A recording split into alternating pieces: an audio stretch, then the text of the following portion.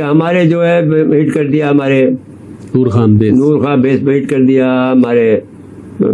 हमारे 5 आदमी निकले, जिसमें से स्क्वाड्रन लीडर उस्मान यूसुफ साहब थे, चीफ टेक्नीशियन औरंगजेब साहब थे। ये पांचों के पांचों शहीद हो गए इंशाल्लाह। ब्रह्मोस 2 हाइपरसोनिक मिसाइल को भारत और रूस मिलकर बना रहे हैं। उनके जॉइंट वेंचर ब्रह्मोस एयरस्पेस के सीईओ अतुल राणे ने रूस की एक न्यूज एजेंसी को दिए इंटरव्यू में कहा कि हाइपरसोनिक ब्रह्मोस 2 मिसाइल की परफॉर्मेंस रूस की जिरकॉन मिसाइल जैसी होगी। और रूस की हाइपरसोनिक जिरकॉन मिसाइल तो ऐसी बला है जिसके बारे में दावा है कि वो आवाज की रफ्तार से 9 गुना ज्यादा तेजी से उड़ सकती है। अब वो पता है आज ये सारी चीजें इम्पोर्टेंट हैं, लेकिन आपको चाहिए बेहतरीन चीजें, बेहतरीन हथियार। तो कम से कम हमारे पास वेपन्स ऐसे होने चाहिए या पैसे ऐसे होने चाहिए जो हम वो हथियार खरीदें जो इंडिया से बेहतर हो। इंडिया के हथियार बेहतर, इंडिया के पास आदमी ज्यादा। मुश्किल वक्त से गुजर रहे हैं और आपने देखा कि हिंदुस्तान ने क्या किया। क्या भारत का ये न्यू नॉर्मल तो नहीं कि वो पाकिस्तान को कभी भी किसी भी इल्जाम तराशी के हवाले से हमला कर सकता है? हम अगर ये पानी का क्राइसिस नहीं अभी सॉल्व करेंगे तो हम भूखे मर सकते हैं। उसकी वजह ये है कि इंडस बेसिन जो है वो ही हमारा लाइफलाइन है। इंडिया का जो पूरी दुनिया के अंदर इन्फ्लुएंस है, क्योंकि उनकी मईशत हमसे बड़ी है, वहां पर आबादी बड़ी है और पूरी दुनिया जो है उस हवाले से उनका इंटरेस्ट भी वहां पर मुख्तलिफ। हमारा PR 0 है। हिंदुस्तान का PR बहुत अच्छा है, उसकी लॉबिंग बहुत अच्छी है। हम लाते हैं टॉक शोज और अनलिमिटेड एंटरटेनमेंट सिर्फ YouTube पर। अगर आपने अभी तक हमारा चैनल सब्सक्राइब नहीं किया तो अभी सब्सक्राइब करें और बेल आइकॉन को क्लिक करके हमारी लेटेस्ट वीडियोस के बारे में अपडेट जानें। हवा में आवाज की स्पीड होती है लगभग 1234 किलोमीटर प्रति घंटा। मतलब कि रूस की जिरकॉन मिसाइल की रफ्तार 11,000 किलोमीटर प्रति घंटा से ज्यादा होगी। जिरकॉन की स्पीड तो कमाल है ही, उसकी रेंज भी जबरदस्त है। वो 1000 किलोमीटर से भी ज्यादा दूरी पर मौजूद अपने टारगेट का नामो निशान भी मिटा सकती है। बल्कि दावे तो ऐसे हैं कि रूस की इस मिसाइल के लॉन्च होने की भनक दुश्मन को तब जाकर लगेगी जब वो अपने शिकार का काम तमाम कर चुकी होगी। कि ब्रह्मोस 2 एक्सक्लूसिव तौर पर सिर्फ भारत और रूस के लिए ही बनाई जा रही है। भारत ने अपने डिफेंस एक्सपेंडिचर में $9 बिलियन की बढ़ोतरी करने का निर्णय ले लिया है। अब ये $9 बिलियन कितने होते हैं ये आप तब समझेंगे जब आपको ये पता चलेगा कि पाकिस्तान का जो पूरा बजटेड एक्सपेंडिचर है, पूरा फुल, वो $7.8 बिलियन है। भारत का लगभग 81-82 बिलियन है, तो 9 और ऐड कर दीजिए तो $90 बिलियन हो जाता है। $90 बिलियन का मतलब है लगभग आप समझिए 7,50,000 करोड़ के आसपास ये भारत का डिफेंस एक्सपेंडिचर होने वाला है। ट्रंप बाबू ने कोशिश की थी कि भाई भारत और पाकिस्तान को हैफनेट कर दिया जाए, लेकिन अभी अमेरिकन थिंक टैंक्स की रिपोर्ट्स आई है और एक थिंक टैंक ने रिपोर्ट किया है कि भाई भारत का पूरा फोकस चाइना पर है। जहां तक डिफेंस प्रिपेयर्डनेस का प्रश्न है, भारत का पूरा फोकस चाइना पर है और भारत का पूरा फोकस चाइना पर है। पाकिस्तान तो वैसे ही निपट जाता है जब उसका फोकस चाइना पर होता है तब। यानी कि पाकिस्तान तो मच्छर है, भारत जो है वो बड़े शिकार की ओर अग्रसर है। भारत ने पूरी तरह से अपना डिफेंस एक्सपेंडिचर और अपनी जो डिफेंस प्रिपेयर्डनेस है वो चाइना को ध्यान में रखते हुए की है, न कि पाकिस्तान को देखते हुए। पाकिस्तान के लिए तो भारत की जो गन्स इत्यादि है वही पर्याप्त है।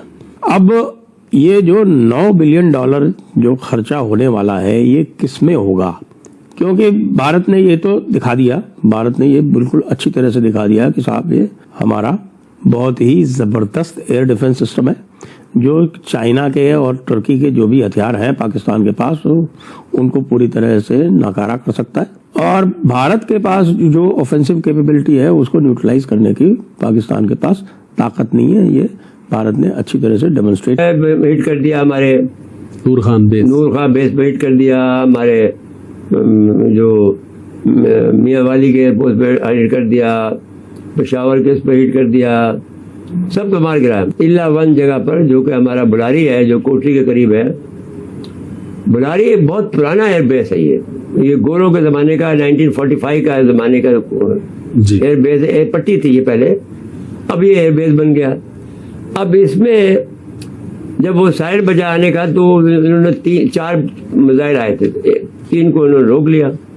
एक को बचाने, उस तैयारे को बचाने के लिए हमारे 5 आदमी निकले, जिसमें से स्क्वाड्रन लीडर उस्मान यूसुफ साहब थे, चीफ टेक्नीशियन औरंगजेब साहब थे, सीनियर टेक्नीशियन नजीब साहब थे, कोरल कारपूल टेक्नीशियन फारूक साहब थे, और सीनियर जो टेक्नीशियन थे वो मुबशिर साहब थे। ये 5 के 5 शहीद हो गए। हो गई जंग, खत्म हो गई जंग, 2 हफ्ते हो गए, अब क्यों इस पानी में मधानी घुमाए जा रहे हैं? और पाकिस्तान में भारत दुश्मनी का नैरेटिव पैदा किया जा रहा है। ये वो नैरेटिव है जो पाकिस्तान में पहले नहीं पैदा होता था इस तरह से। रियासत ये जरूर था कि भारत हमारा मुखालिफ है, दुश्मन है, कश्मीर है, फलां फलां फलां, ठीक है, लेकिन बाकायदा एक मुनज्जम अंदाज से, मुनज्जम प्लानिंग के जरिए से, मुनज्जम कोशिश के जरिए से सारा दिन रात भारत के खिलाफ बयानियां और भारत दुश्मनी पर मबनी नैरेटिव जो है वो फैलाया जा रहा है पाकिस्तान के अंदर।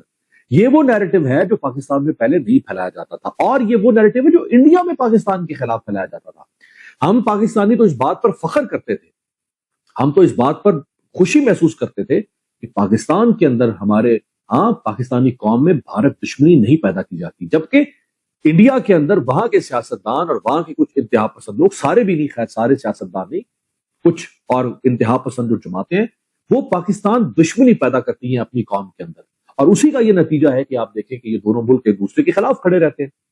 हमारे यहां तो हम खुश होते थे इस बात पे कि हमारे यहां उस दुश्मनी पर मबनी, नफरत पर मबनी बयानियों को नहीं फैलाया जाता। मुझे अफसोस हो रहा है कि हमारे यहां इस जंग की आड़ में इस बयानियों को फैलाया जा रहा है। हम अगर ये पानी का क्राइसिस नहीं अभी सॉल्व करेंगे तो हम भूखे मर सकते हैं। उसकी वजह यह है कि इंडस बेसिन जो है वो ही हमारा लाइफलाइन है। 3/4 जो पानी हमारा आता है सर टोटल बाहर से आता है। हमारी 9 में से 10 में से 9 लोग जो है ये इंडस वाटर बेसिन के ऊपर ही रिलाय करके अपनी जिंदगी बसर कर रहे हैं। 90% स्टेटिस्टिक्स के मुताबिक 90% जो हमारी क्रॉप्स हैं, जो हमारी फसलें हैं, वो इस पानी पे डिपेंड करती हैं। हमारे जितने पावर प्रोजेक्ट्स हैं, जितने डैम्स हैं, वो इसी पानी के ऊपर बने हुए हैं। तो इसलिए अगर ये हम इसको हम समझते हैं कि ये एक वाटर बॉम्ब हमारे ऊपर पड़ा हुआ है जिसको हमने डिफ्यूज करना है। वज़ीर-ए-आज़म पाकिस्तान ने भी ये कहा है कि पाकिस्तान और इंडिया के दरमियान यूएई या सऊदी अरब किसी एक जगह पर मुज़ाकरात हो सकते हैं। इस तरह से सिचुएशन डिफ्यूज हो सकती है दोनों मुल्कों के दरमियान। देखिए, सिचुएशन कोई डिफ्यूज नहीं होनी, बातें होंगी। मुझे तो मुश्किल लगता है कि इंडिया इनके साथ बैठ के बात करेगा। मेरा ख्याल है ज़्यादा से ज़्यादा DGMO के लेवल के ऊपर बात होगी। आई वुड बी सरप्राइज्ड अगर ये पता चलता है कि इंडिया और पाकिस्तान के मुज़ाकरात शुरू हो गए किसी थर्ड कंट्री में। इंडिया तो सब कहेगा टेररिज्म, और आपकी टेररिज्म। ना वो कश्मीर बात करेगा, ना वो पानी की बात करेगा, ना वो तजारत की भी नहीं करेगा। हाँ, उससे सिर्फ बात करनी टेररिज्म की। तो या तो दोनों जाएंगे ये कह के कि हम ये करने जा रहे हैं और एक राउंड होगा जिसके अंदर उसके बाद बंद हो जाएगी। ये दुनिया को दिखाने के लिए कि कौन, अगर इंडिया कहता है हम नहीं जाते तो इंडिया को लोग कहेंगे क्यों नहीं जा रहे, हम कहेंगे हम तैयारी शायद सब कर लें, मगर ये बात बढ़नी नहीं आगे। और ये बड़ी अनकंफर्टेबल सिचुएशन रहेगी between India and Pakistan until the next round. ये मैं आपको बता दूं, नेक्स्ट राउंड होना है, मुझे फिक्र है कि नेक्स्ट राउंड होगा, और कितनी देर के बाद होगा I can't say. In the meanwhile terrorism चलेगी, स्पेशली इन पाकिस्तान, एंड मगर कोई मीनिंगफुल डायलॉग नहीं होगी। राइट। और इसमें आप ये कह चुके हैं कि इंटरनेशनल जो फोर्सेस हैं, आलमी बरादरी जो है वो इसका नोटिस लेना चाहिए, और इसमें सबसे बड़ा किरदार अमेरिका का होगा। डोनाल्ड ट्रंप ने 8 दफा जिक्र कर दिया जी कि मैंने कराया, जहाँ जाते हैं वो यही जिक्र करते हैं, और इंडिया बहुत नाराज है उनसे। तो आपको ये वीडियो कैसा लगा कमेंट बॉक्स में जरूर लिखिए। इस वीडियो को लाइक कीजिए, शेयर कीजिए, सब्सक्राइब करना ना भूलिए आपके चैनल EFC को। तो मिलते हैं अगली वीडियो में। जय हिंद।